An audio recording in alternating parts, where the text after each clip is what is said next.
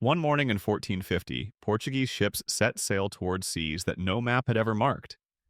They didn't know what lay ahead, only that if they didn't dare to go, they would forever stay behind. And from that moment, the course of world history changed. I often tell my students and clients, no empire rises because of luck. Every empire begins with a bold act of innovation. Portugal mastered navigation.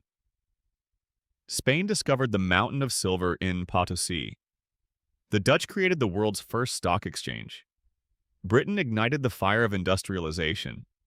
And America, after World War II, held in its hands technology, military power, and most importantly, the world's trust. You see, B-Day, every time humanity innovates, power shifts. I once had a client, a middle-aged entrepreneur, who told me he felt stuck. I asked him just one question. When was the last time you tried something new?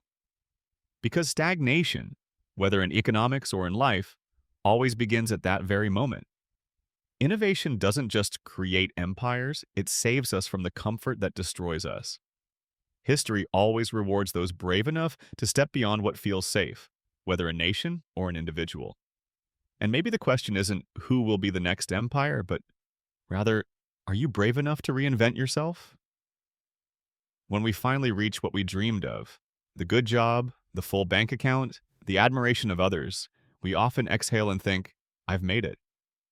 But that's exactly when the seed of decline begins to grow. History's empires tell the same story. When nations reach their peak, they start believing their prosperity is permanent. They borrow more, spend more, fight further, as if money could never run out. From Portugal to Spain, from the Netherlands to Britain, all fell into the same trap, the complacency of past victory.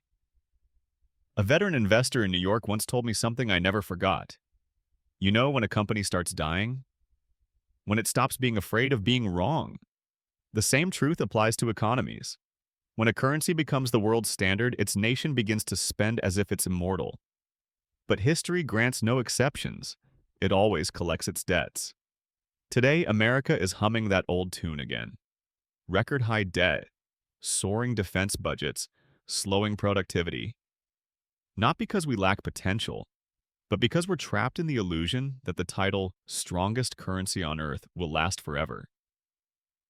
But every peak carries its own gravity.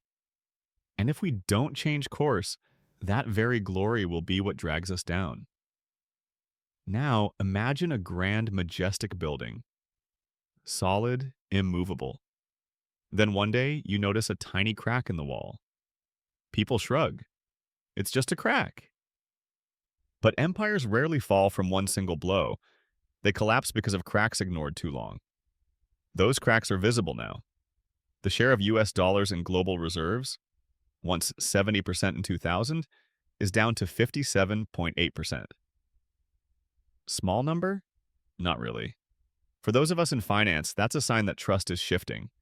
Meanwhile, BRICS, once just an idea, has become a real bloc, building its own payment network, BRICS Bridge, where trade flows without the dollar. I once told a colleague in Washington, empires don't lose power overnight. They lose it piece by piece, through meetings they're no longer invited to. That's exactly what's happening now. US debt has surpassed $36 trillion, 124% of GDP, a number once thought unreachable.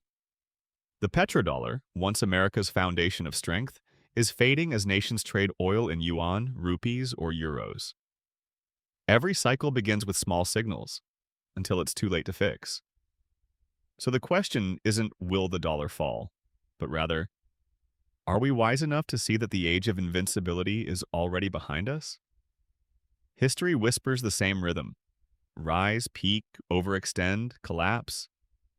No one escapes the cycle. Portugal vanished from power within generations. The Netherlands, once the world's financial heart, crumbled in just a few years after its war with Britain. And Britain, Ossahoy, whose empire the sun never set on, took half a century to hand the crown to America. I've come to see this cycle as the heartbeat of history, unstoppable but understandable. When I was young, I thought collapse meant failure. But after 2 decades in finance and entrepreneurship, I've learned that sometimes collapse is simply how the world resets its balance.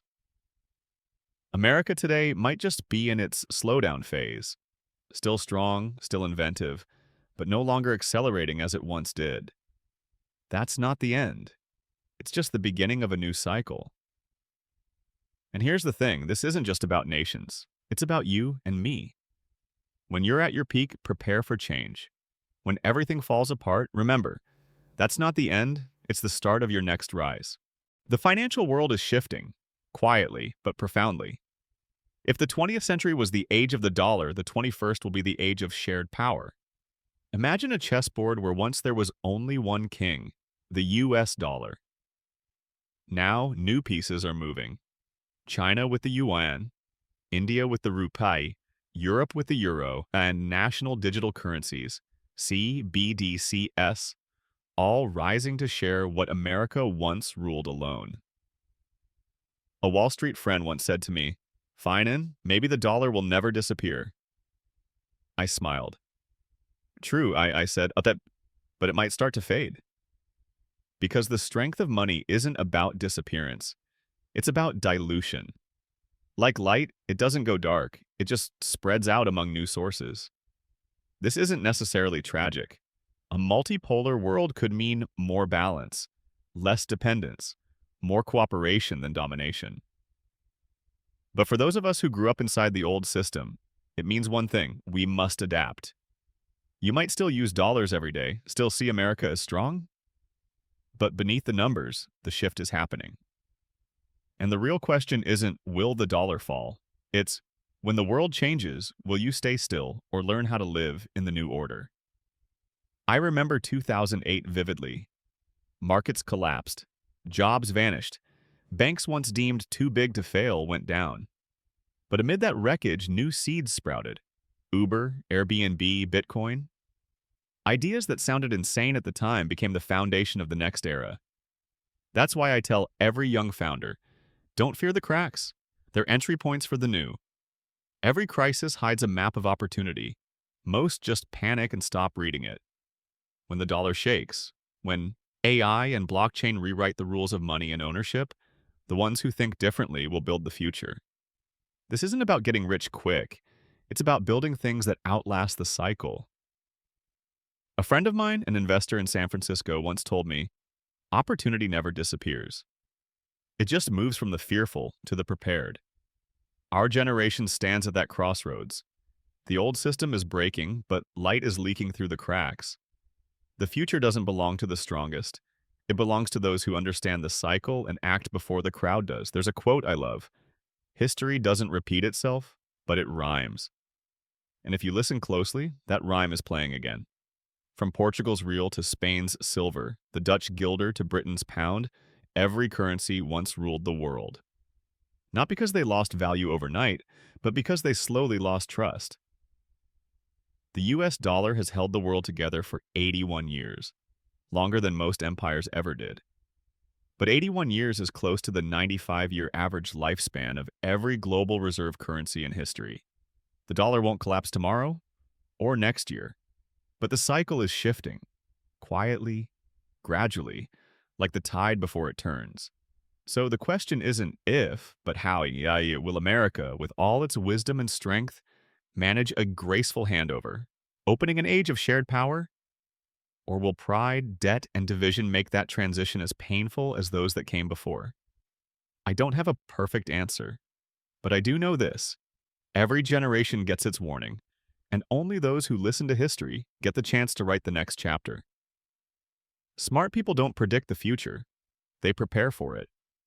In the post-dollar era, the goal isn't to forecast perfectly. It's to be ready for anything. Ask yourself, if tomorrow your currency lost 20% of its value, what would you do? If banks froze withdrawals or a liquidity crisis hit, how would you adapt? It sounds distant, but so did every collapse in history, until it arrived. That's why this generation needs financial survival thinking. Diversify by not just your investments, but your skills, and income streams. Understand gold, fintech, digital currencies. Understand how value is created, not just how it's traded. Keep part of your assets in blockchain, part in real estate, and the most valuable part in your knowledge. I tell my students, never invest in what you don't understand, and never mistake short-term gains for real success. In chaotic times, survivors aren't the fastest. They're the most adaptable. As we enter this new era, every system, money, power, and even our definition of value will be rewritten. And when it happens, victory will belong to those who understood the cycle, prepared patiently, and knew that true wealth isn't about chasing money. It's about understanding how money works. Currencies can change, systems can collapse, but real value, knowledge, creativity, and the ability to adapt never fades.